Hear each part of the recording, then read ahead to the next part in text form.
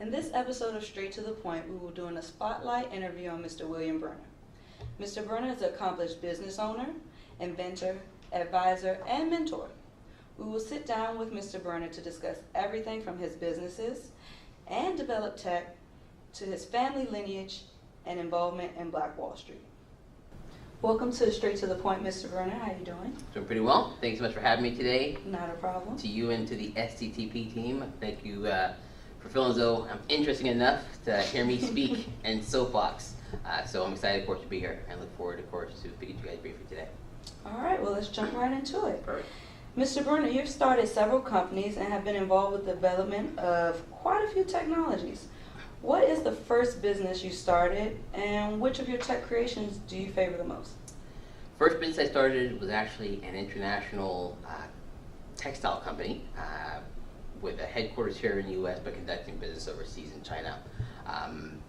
By sheer happenstance, the business kind of just fell in my lap.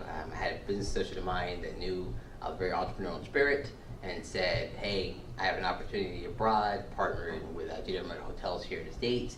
They want to do a certain amount of business with minority-owned businesses.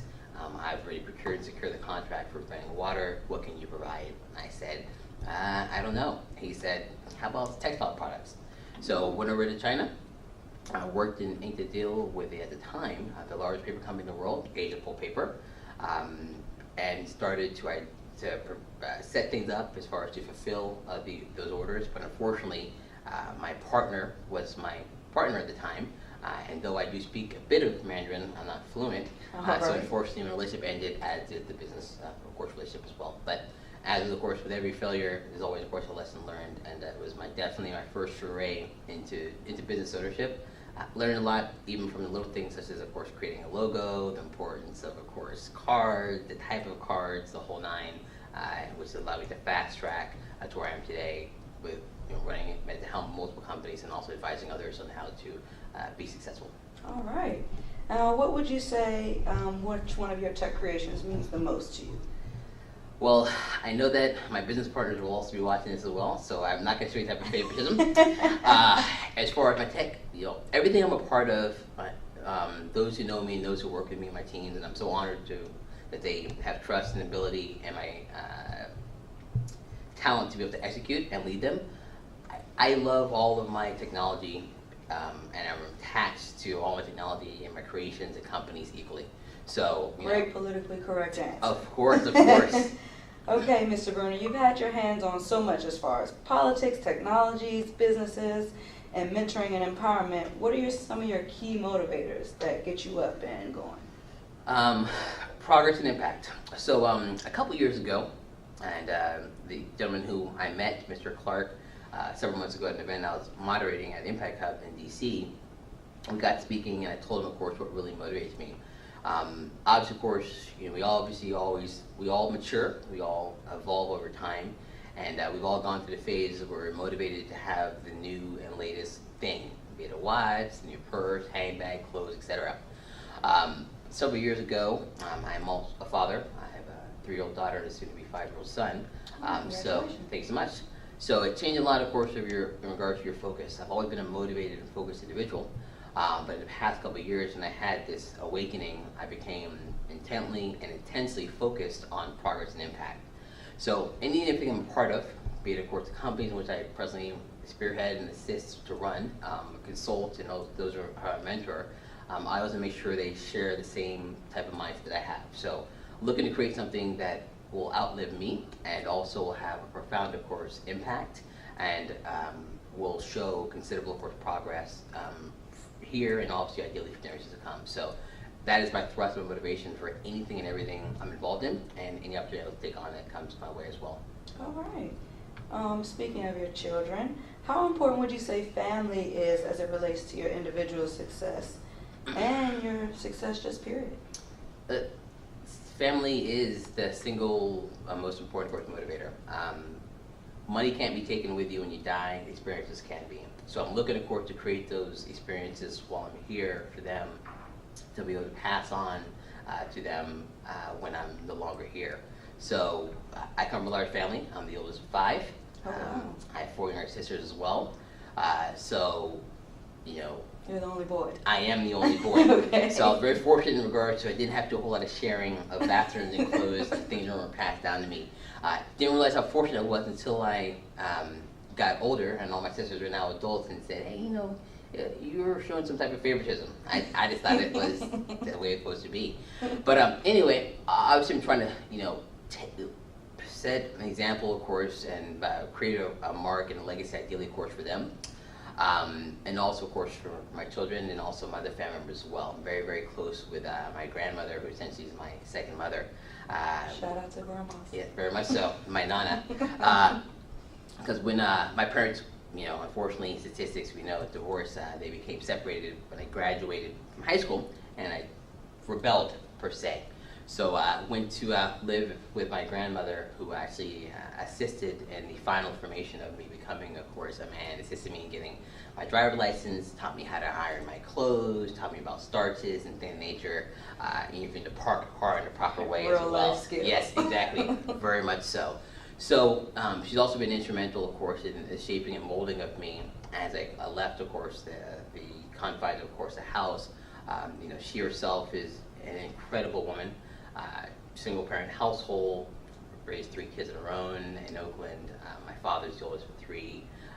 He still was accepted with the Cal, sister below him, accepted in Bryn Mawr. Grew up at a time in Oakland during the age of Black Panthers. My father, even though, of course, you know, we may have differing, of course, mindsets, is a lot of the reason and thrust for my motivation. So my father grew up, you know, in Oakland, born in San Francisco, no problem. Right outside of where the big Star Trek fan, and Star Trek, if you guys know anything about Star Trek, you know, the actual academy is actually in San Francisco. So my father was a big in the movie. So he was a big Robert Heinlein sci-fi fan growing up, read all the books. And the thing, of course, about reading those books is, and I learned, and you know, my grandmother told me, and I didn't really realize until I became older, there were no colors in those books. So he was able to be through in those books whatever he wanted to be. So there's nothing as far as growing up in the 50s and 60s in Oakland and a lot of racial, you know, oppression, of course, going on. He wasn't restricted or limited because of the color of his skin. And in those books, as far as science fiction books from Robert Heinlein and also Star Trek, you know, with good old William Shatner, there was no, you can't do this because you're black. You can't do this because you're green. So my father was very much, of course, a quintessential nerd. And if you're watching this, I apologize, Father, I love you. And he created his own Starfleet Academy sweater, and he actually wore it to school. Awesome. So, you know, I remember, of course, growing up, and my sisters, you know, thought he was crazy. And he's a big Star Wars fan, and he wanted to make films and movies. And, you know, I broke one of his expensive cameras when I was younger, and, you know, I didn't have an appreciation for things and all that he sacrificed. He used to come to me and often say, you know, infamous quote from good old Star Wars, you know, join me, son, together we'll rule the galaxy as father and son. He doesn't realize, of course, you know, to this very day, how much, of course, that shaped me, and also, of course, you know, really has motivated me and continues to motivate me to want to, of course, excel and overachieve.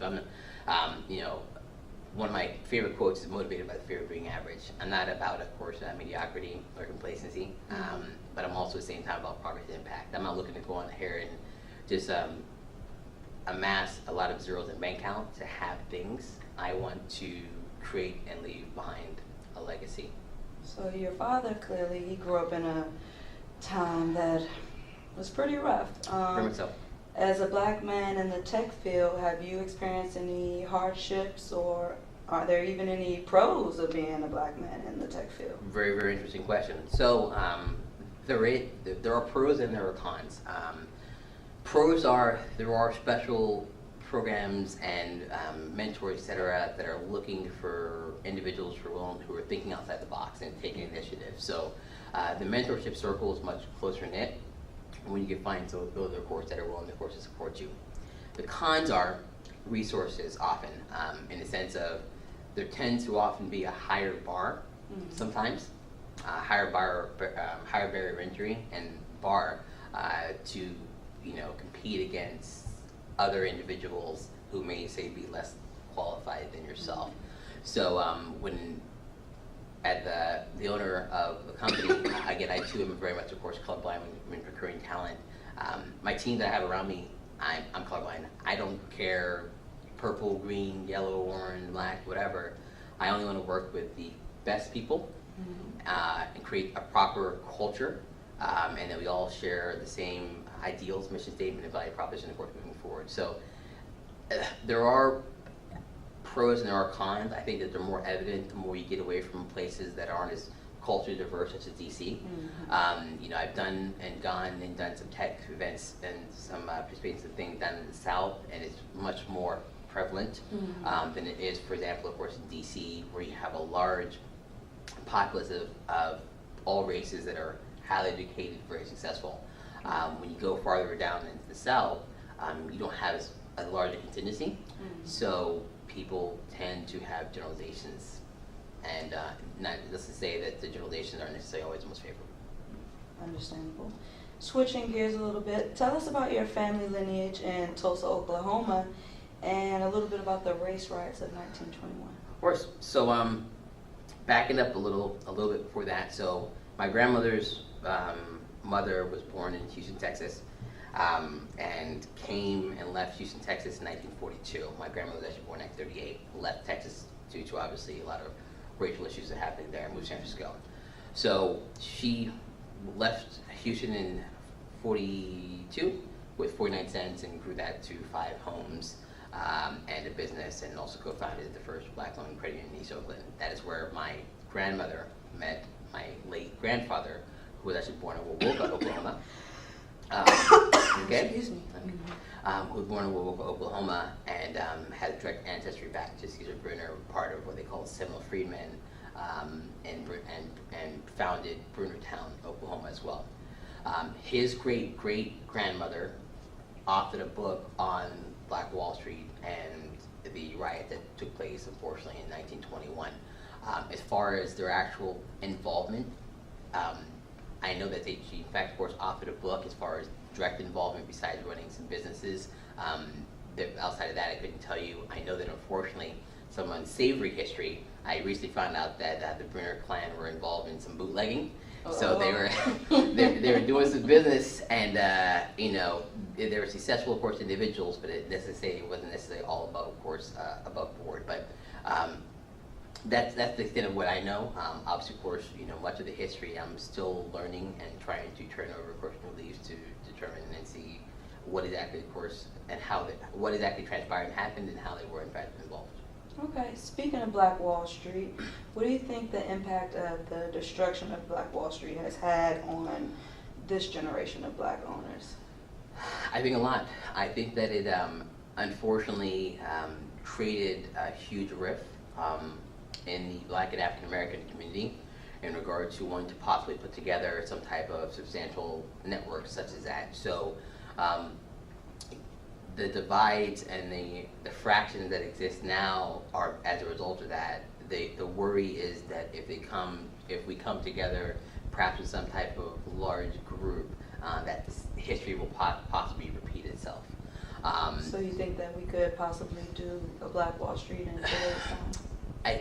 I think that the subconscious and the psyche is a very, very strong thing. I've lived in the South. I lived in Alabama for a couple years as well, while I was still, of course, in school. And the mindset, it is amazing as you travel around the country and around the world. I've been fortunate to travel the world and live around the world of different races and how they vary. So even when I lived in Alabama, it was very odd. There's a lot of interracism amongst blacks, meaning as far as based on shades and complexions of skin. You know, I was often called Creole, half mid, whatever. So that having a lighter complexion. So I think that, getting back to what you're saying, I think it'd be very, very difficult. You'd have to have some type of patriarch that would be willing, of course, going out there and unify. But unfortunately now, with social media and branding, etc., everybody's standoffish because they're worried that it'll affect the brand, it'll affect their business, their earning power, potential, and things of nature. So I recently read a story about, for example, Mr. James, and there was a shooting that happened, in Ohio, and he was, heard by it, and he responded and fired up a quick tweet and had to take it back, retract it, and delete it because of the possible thing that could happen as a result through his sponsorships, through his partnerships, etc. So there's always this thing now when you're quote unquote front facing to always be neutral. And I find myself having the same thing in my companies because you never know what the leanings of your potential partner will be, your potential client, your potential employee, etc. will be. So, I'm always making sure that, when it comes to business, we try to be as neutral as possible. So the possibility exists, but there would have to be, someone at the helm would have to be a magnanimous individual, and like the likes of, the late unfortunate MLK or something of that nature, to unify and get people, of course, behind them. All right. You also have family in Oakland that were a part of some groundbreaking things, such as banking. Could you tell us a little bit about that? Of course. As I mentioned earlier, my great-grandmother left Houston, Texas to California, on the California San Francisco in 42, 49 cents in her pocket as a minority, Wow. building that to 5 houses and a store, and co-founding the first black-owned credit union in East Oakland was and is a substantial, of course, milestone. So you see, of course, going back, even my late grandfather passed, he hadn't owned his own gas station, even, of course, unsavory, bootlegging, maybe unsavory, it's still business nonetheless. So for several, over a century, my family and descendants have been involved in business ownership. Even my father, who's a retired military officer, transitioned into politics as it was growing up. He was obviously, of course, involved in Amway, as everybody was. He also did A.L. Williams in Primerica, did some financial planning, also did day trading. I remember, of course, when I was in middle school, 8th and 9th grade, he'd call in while working and say, "Hey, son, check the ticker." So because he had a couple stocks. So I was the individual who just was exposed to a wide array of things. He had me come to the seminars, of course, with him, of course, with Amway, and he didn't realize, obviously, of course, our brain and our mind are like computers for programming, and that programming that actually started very early on with AON meetings since the 2nd and 3rd grade and continued until I graduated, was essentially a lifelong lesson on small businesses and entrepreneurism and ownership, etc. And I just continue that knowledge up until today in 2016. I'm still learning, as we all are. I don't know everything. I don't claim to. I am still coachable. I'm still willing, of course, to learn, and always, of course, try to be better and evolve and improve. All right. And in closing, Mr. Bruner, do you think that your family's history as business owners played a role as your success as an entrepreneur? Why and why not? I do think so. I think that, there have been many studies and books that have been done in regards to entrepreneurs are born and not made. And I think that, of course, there are 2 different types of people out there. Very much so those, of course, that can easily lead and command audiences, and those that are just more ideal for having tasks delegated to them and tasking them at a very high level. There's some incredible individuals we know of, such as MLK, Martin Luther King Jr., also the current president, Mr. Barack Obama, that is very, very captivating. Regardless, of course, if you align or side with his political views, you have to respect the manner in which, of course, he speaks and commands, of course, audiences. Exactly. So my father, may have varying political views from him, but, if he's watching like this, they speak very much the same. They're very much the same way in the manner in which, of course, they're orators. And the manner in which, of course, Mr. Obama speaks, and often, of course, I watch, of course, him engage. He's very, very slow, very, very engaging, making sure, of course, the words are very, very simple, nothing highbrow, nothing too complicated, nothing you have to say, hand me the dictionary, go look it up. And that is what makes him much more personable, relatable, pulls you in, and he's also very, very impassioned and passionate about, of course, as far as that's concerned. And the reason I brought up the reference in regards to, looking up, that's also what's also shaped me and just created this voracious thirst for knowledge and thirst for an appetite for wanting to get better and learn more.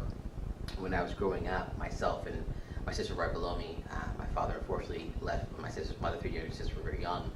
When we wanted to know what, say, the word prehistoric meant, my father would say, "Son, that's the dictionary. Go look it up." hey Dad, tell me about the Age of Dinosaurs. Son, that's Encyclopedia Britannica, son, go read about Oh, it. yeah. So I only recently found out from my grandmother the reason why, we never watched TV or were allowed to watch TV when my father was home growing up. And I only recently found out the reason why. So my grandmother said one day she came home and her kids were all elementary and they're watching TV and she was trying to get their attention and they didn't respond. So she told them that the TV needs to go and be repaired. And let's just say the TV didn't come back until they're in high school.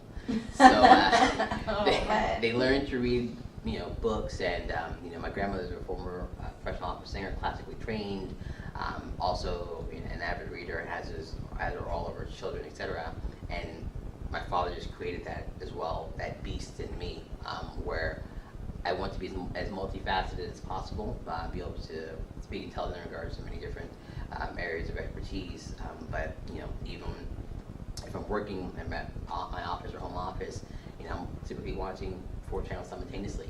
CNBC, Bloomberg, CNN, ESPN. I'm sorry, I'm a sports person as well, from Northern California. But just so I can have that balance, just so I can know what's going on from current events, as pertains, of course, to economics on a local, national, international level, what's happening in my local neighborhood, and business affects everything. The cost of course, utilities, mass transit, free up and out, or riots and protests, or maybe taking place, of course, here and abroad, and the whole night. We would like to thank Mr. Bruner for coming straight to the point, and I'm Dominique, and we'll see you next time. Dear guys.